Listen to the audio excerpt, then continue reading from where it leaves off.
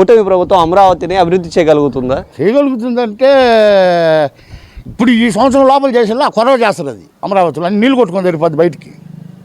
అమరావతి అభివృద్ధి కాదంటారు అయితే? అయ్యే సమస్య లేదు, చేయలేడు కూడా.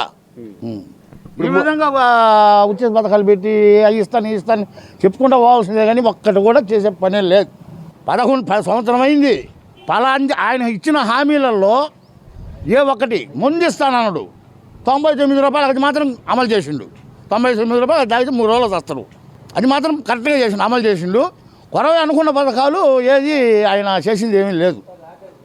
ఒక్క పెన్షన్ మాత్రం అది మామూలుగా ఆనవాయితీ ప్రకారం వస్తుంది కాబట్టి పెన్షన్ మాత్రం ఇచ్చిండు. అంతకు తప్ప ఇంకా అభివృద్ధి అనేది ఎక్కడ శూన్యం, ఎక్కడ కానరాల. ఏం అభివృద్ధి ఏమి చేసిండు ఆయన? పెట్టి పథకాలు ఉచిత బస్సులు అన్నాడు, ఇచ్చిండా? అభివృద్ధి పని అంటూ ఆయన చేసింది లేదు. ఇంకా శాస్త్రమైన నమ్మకం కూడా లేదు. రాజశేఖర రెడ్డి గారు ఉన్నారు, నేను ఫస్ట్ దాని మీద ఫైల్ మీద సంతకం పెడతా అన్నాడు. టకటకి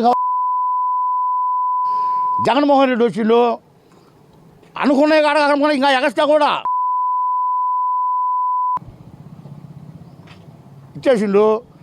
ఈయన మాటలు తప్పక పోయినసారి 14 సంవత్సరాలు చూసినాము. ఆయన గాలి అన్ని చేతులు ఆంజనేయ స్వామి చూపిస్తాడు బొమ్మ, అంతకు తప్పక ఏమీ చేసింది ఏమీ లేదు.